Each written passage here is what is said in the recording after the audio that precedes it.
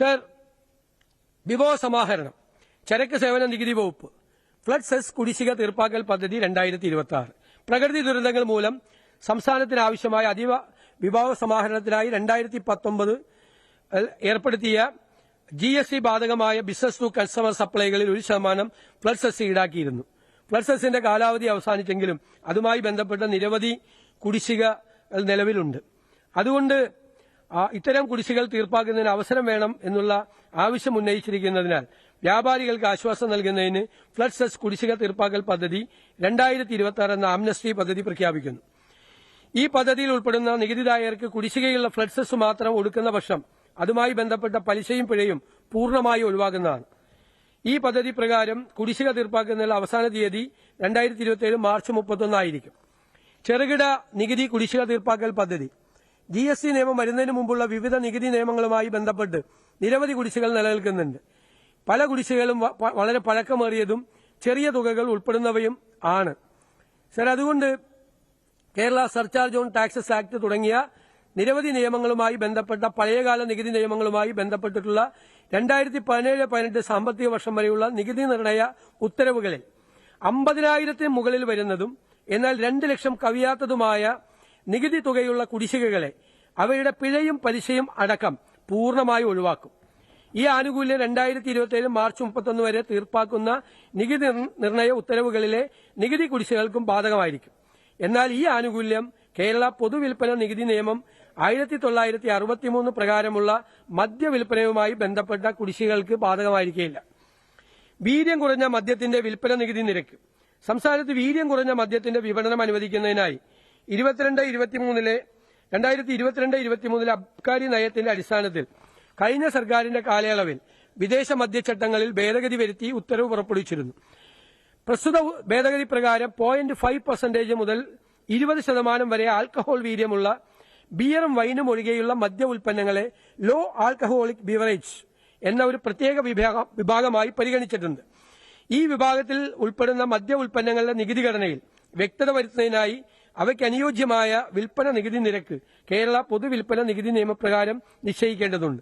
ഈ സാഹചര്യത്തിൽ 0.5% മുതൽ 10% വരെ വീര്യമുള്ള ഇത്തരം ഉൽപ്പന്നങ്ങൾക്ക് 120% വിൽപ്പന നികുതി നിരക്കും 10% മുതൽ 20% വരെ വീര്യമുള്ളവയ്ക്ക് 175% വിൽപ്പന നികുതി നിരക്കും നിശ്ചയിക്കുന്നു.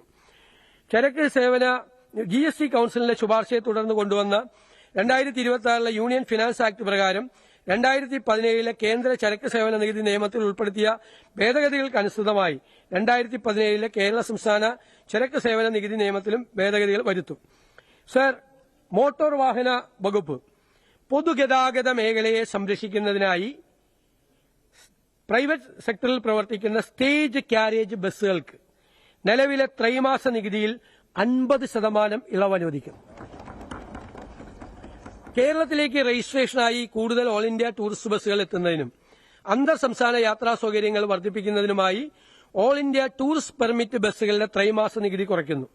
നിലവിലെ ത്രൈമാസ നികുതിയായ സീറ്റ് ഒന്നിന് 2,000 രൂപ എന്ന നിരക്ക് 900 രൂപയായും സ്ലീപ്പർ ഒന്നിന് നിലവിലെ 3,000 രൂപ എന്നത് 1,500 രൂപയായും കുറയ്ക്കുന്നു.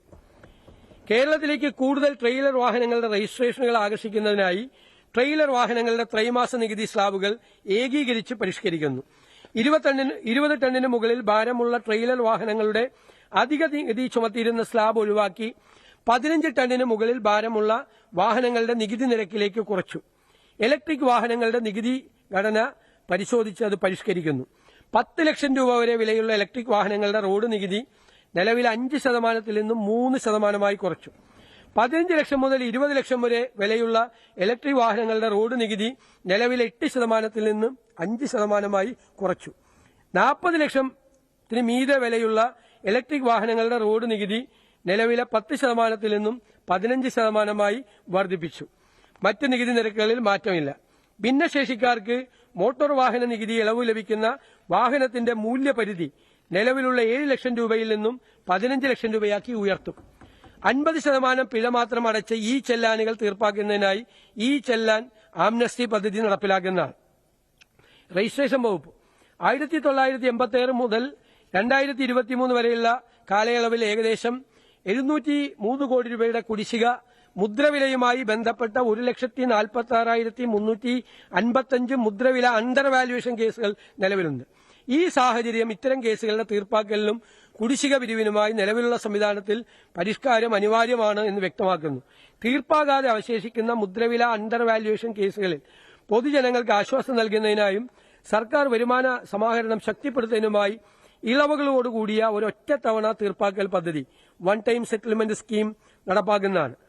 2010 മാർച്ച് 31 വരെയുള്ള കാലയളവുമായി ബന്ധപ്പെട്ട് ദീർഘകാലമായി തീർക്കാതെ കിടക്കുന്ന അണ്ടർ വാല്യുവേഷൻ കേസുകളിൽ ദീർഘകാലമായി നിലനിൽക്കുന്ന ചെറുകിട ബാധ്യതകൾ അവസാനിപ്പിക്കുന്നതിനായി അന്തിമ ഉത്തരവ് പ്രകാരം നിർണയിക്കപ്പെട്ട അധിക മുദ്രവില 10,000-ൽ താഴെയായി കേസുകളിലെ ബാധ്യത ഒറ്റത്തവണ നടപടിയായി എഴുതിത്തള്ളുന്നതാണ്. ഈ നടപടിയിലൂടെ ഉയർന്ന മൂല്യമുള്ള വരുമാന ശേഖരണ നടപടികളിൽ സർക്കാരിന് കൂടുതൽ ശ്രദ്ധ കേന്ദ്രീകരിക്കാൻ കഴിയും. പരിസ്ഥിതി സൌഹൃദ നിർമ്മാണ പ്രവർത്തനങ്ങൾ പ്രോത്സാഹിപ്പിക്കുന്നതിനായി നിലവിൽ അർഹതയുള്ള ഫ്ളാറ്റുകൾക്കും അപ്പാർട്ട്മെന്റുകൾക്കും അനുവദിച്ചിട്ടുള്ള 4% മുദ്രവില നിരക്ക് നിശ്ചിത മാനദണ്ഡങ്ങൾ പാലിക്കുന്ന Kerala real estate regulatory authority (KRERA) register ചെയ്ത എല്ലാ വില്ലകൾക്കും ബാധകമാക്കുന്നതാണ്. സ്റ്റാമ്പ് ആക്ട് 1959 പ്രകാരം ലഭ്യമായ എല്ലാ അപ്പീൽ പരിഹാര മാർഗങ്ങളും പൂർത്തിയായ ശേഷവും അണ്ടർ വാല്യുവേഷൻ കേസിൽ നിർണയിക്കപ്പെട്ട അധിക മുദ്രവില അന്തിമ ഉത്തരവിന്റെ തീയതി മുതൽ 60 ദിവസത്തിനകം അടയ്ക്കുന്നതിൽ വീഴ്ച വരുത്തുന്ന പക്ഷം കുടിശ്ശിക തുകയിന്മേൽ യഥാർത്ഥ അടവ് തീയതി വരെ പ്രതിമാസം 1% നിരക്കിൽ പലിശ ഈടാക്കുന്ന. സാർ, ഉപസംഹാരം. സാർ, വികസനം എന്നത് കേവലം പശ്ചാത്തല സൌകര്യ വികസനമല്ല, മറിച്ച് ജനങ്ങളോടുള്ള കരുതലും അവർക്കായുള്ള ക്ഷേമപ്രവർത്തനങ്ങളും ഉൾക്കൊള്ളുന്ന ഒന്നായിരിക്കണം എന്നതാണ് ഈ സർക്കാരിന്റെ കാഴ്ചപ്പാട്. പദ്ധതികളും പരിപാടികളും വേഗത്തിലാക്കിക്കൊണ്ട് വികസനത്തിന്റെ ഫലങ്ങൾ എല്ലാ കേരളീയരിലേക്കും എത്തിക്കാൻ സഹായകരമാകുന്ന ഡാറ്റ അധിഷ്ഠിതവും ജനതയെ ഹൃദയത്തോട് ചേർക്കുന്നതുമായ ഒരു ഭരണ സംവിധാനം കെട്ടിപ്പടുക്കുക എന്നതാണ് ഈ സർക്കാരിന്റെ ലക്ഷ്യം.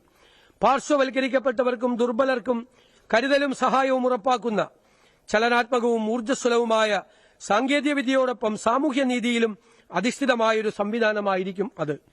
എല്ലാ ജനവിഭാഗങ്ങൾക്കിടയിലും സഹകരണവും ഐക്യവും ഉറപ്പുവരുത്തിക്കൊണ്ട് കേരള ജനതയുടെ പിന്തുണയോടെയും മഹനീയമായ ഈ സഭയുടെ സഹകരണത്തോടെയും സഹാനുഭൂതിയുള്ള ഭരണം, ഗവേണൻസ് വിത്ത് എമ്പതി കാഴ്ചവെച്ചുകൊണ്ട് ഭാവി തലമുറയ്ക്ക് അഭിമാനത്തോടെയും ആത്മവിശ്വാസത്തോടെയും സ്വായത്തമാക്കാവുന്ന ഒരു പുതുയുഗ വികസിത കേരളം നമുക്ക് ഒരുമിച്ച് സൃഷ്ടിക്കാം. സർ, ട്രസ്റ്റ് വിത്ത് ഡെസ്റ്റിനി എന്ന വിധിയുമായുള്ള മുഖാമുഖം എന്ന വിശ്വവിഖ്യാതമായ പ്രസംഗത്തിൽ പണ്ഡിറ്റ് ജവഹർലാൽ നെഹ്റു ആധുനികവും സമഭാവന നിറഞ്ഞതും സമൃദ്ധിയുള്ളതുമായൊരു നാടിനെ സ്വപ്നം കണ്ടു. അദ്ദേഹത്തിന്റെ ഈ വാക്കുകൾ നമുക്ക് ഹൃദയത്തിൽ കുറിക്കാം. കൂടുതൽ വാർത്തകൾക്ക് news 18 Keralam YouTube channel subscribe ചെയ്യുക.